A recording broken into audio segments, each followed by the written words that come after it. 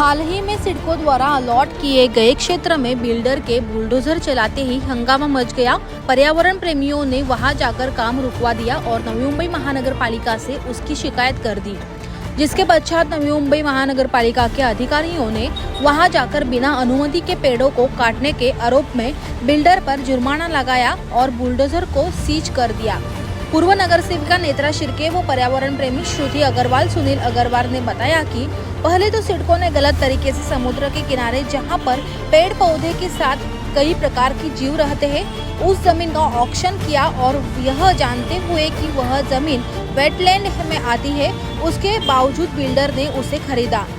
अब बिना अनुमति के वहां जाकर उन्होंने बुलडोजर से सैकड़ों पेड़ों को काट दिया। अग्रवाल ने कहा कि हमने इस बारे में महाराष्ट्र के वन मंत्री गणेश नाइक से भी शिकायत की है।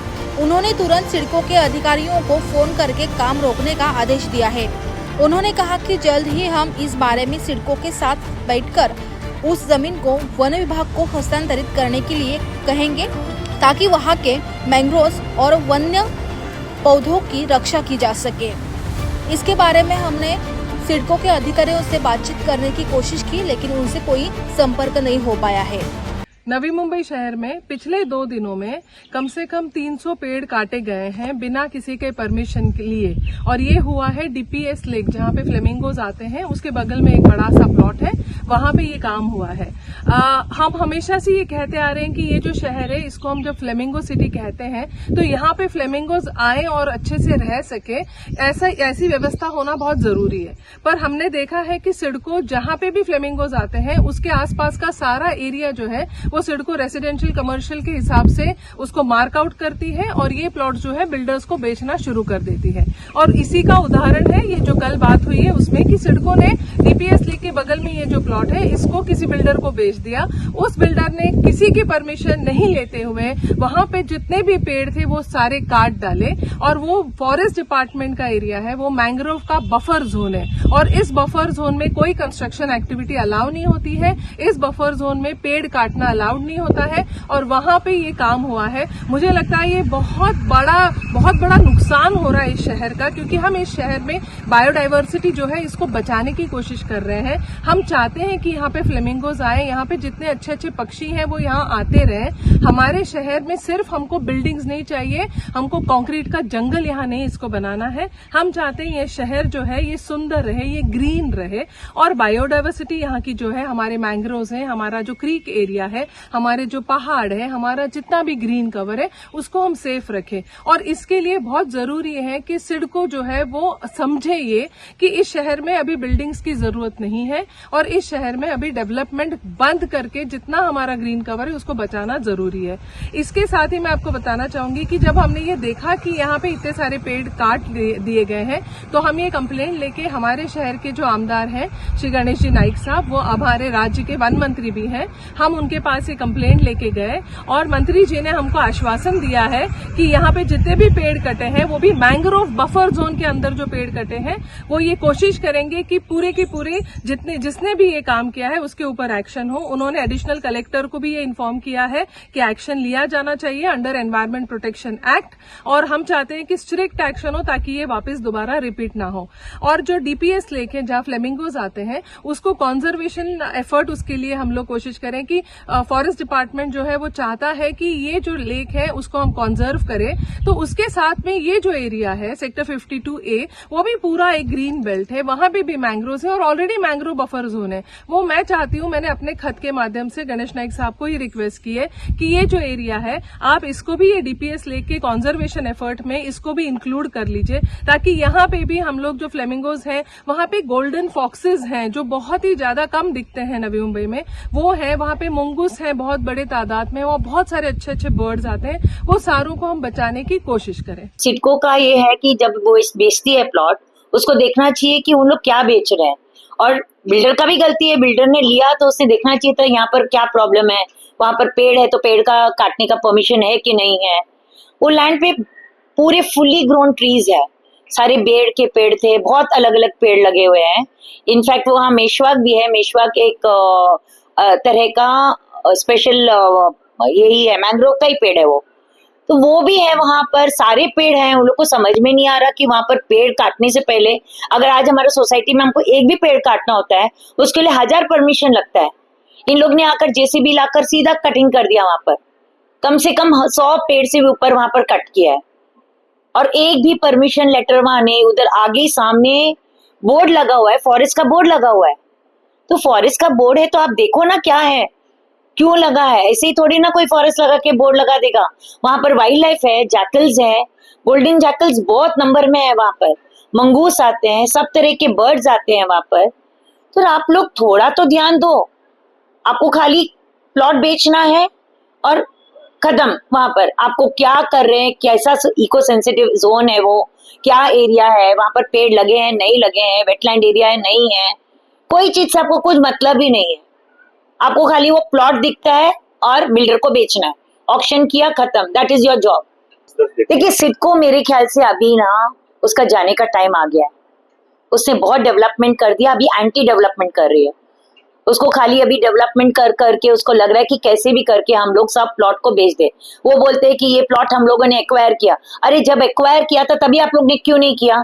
एक्वायर करने के बाद अगर उसका प्रॉपर्टीज चेंज हो गया है तो आप देखिए ना उसको। एक्वायर किया, 7/12 है, ये है, मुझे बस प्लॉट बेचना है। अभी उन लोग ने धीरे धीरे क्यों बेचा? क्योंकि रेट, प्लॉट का रेट बढ़ता जाना चाहिए। पर अगर आपने वहां पर जब प्लॉट लिया था तभी उधर पेड़ नहीं होंगे। अगर आज वो पेड़ 20, 25, 50 साल के पुराने हो गए तो आप पेड़ को नहीं कट कर सकते ऐसे। मतलब वो वहां का प्रॉपर्टी चेंज हो गया, वो लैंड एरिया चेंज हो गया। अगर वहां वेटलैंड है तो वेटलैंड है, वहां पर अगर फॉरेस्ट है तो फॉरेस्ट है। हाँ, forest department I immediately, forest department ने एक्शन भी लिया और उन लोग ने एनएमएमसी को शायद कंप्लेंट किया। एनएमएमसी ने वहाँ जो जेसीबी मशीन्स थी उनको जब्त भी किया। हम लोग वो सब देखकर फिर फॉरेस्ट मिनिस्टर से मिलने भी गए। अभी हमारे फॉरेस्ट मिनिस्टर गणेश नायक साहब बने हैं तो थोड़ा हमारे लिए एक्सेसिबिलिटी इजी हो गया। उनसे मिले, उनको जाकर दिखाया, बताया, उनको समझ में आया। उन्होंने इमीडिएटली एक्शन कहा। वहाँ पर विधानसभा चल रहा था फिर भी उन लोग ने हमें मीटिंग दी और लेट्स सी, उन्होंने बोला मैं इमीडिएटली एमडी से, सिडको के एमडी से बोलूंगा। एंड मेन चीज हमें ये चाहिए अभी कि CIDCO all the forest and wetlands को हैंडओवर करे फॉरेस्ट डिपार्टमेंट को, जो वो नहीं कर रही है।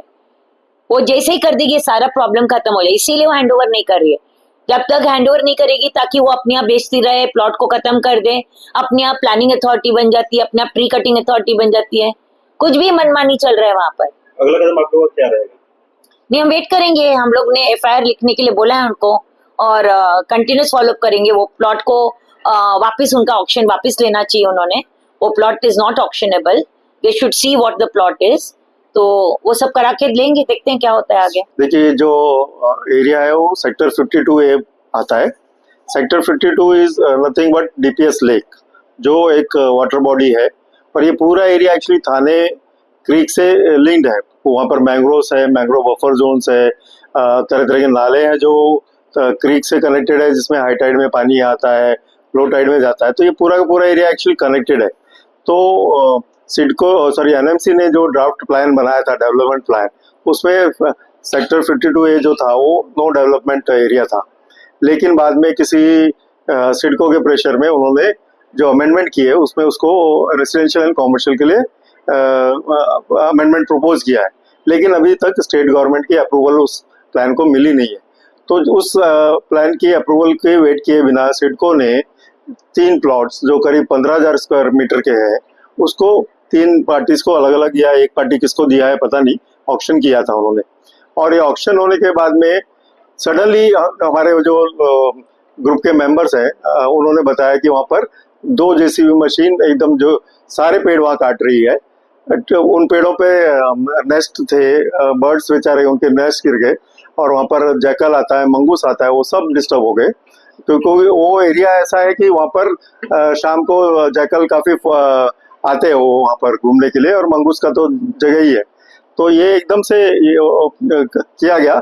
और चीज ऐसी कि किसी ने अपना बोर्ड नहीं डाला कि ये काम चालू कर रहे हैं। इनफैक्ट सिडको वाला भी खुद बोल रहा था कि आज आए थे वो लोग जॉइंट इंस्पेक्शन के लिए कि हमारा अलॉटमेंट लेटर भी है, उससे पूरा पैसा भी दिया है कि नहीं पता नहीं, और उसको हमने तो कोई परमिशन तो दी नहीं है कि अलॉटमेंट लेटर के बेसिस पे वो कैसे जेसीबी चला सकता है। और बफर जोन में तो देखिए 50 मीटर बफर जोन में जो उन्होंने पेड़ काटे हैं तो बफर जोन में तो कुछ भी अगर आपको कंस्ट्रक्शन एक्टिविटी करनी है तो बॉम्बे हाई कोर्ट का परमिशन लेना पड़ता है। इनफैक्ट एनएमसी भी जो सर्विस रोड वगैरह भी बनाती है अगर बफर जोन में, तो काम शुरू करने से पहले उनको बॉम्बे हाई कोर्ट की परमिशन लेनी पड़ती है, मैंग्रोव सेल की परमिशन लेनी पड़ती है। यहाँ पर किसी की परमिशन नहीं ली गई। ट्री अथॉरिटी से भी चेक किया हमने, सिडको की ट्री अथॉरिटी ने भी कोई परमिशन नहीं दी है, एनएमसी की ट्री अथॉरिटी ने भी कोई परमिशन नहीं दी है। दो जेसीबी काम कर रहे थे।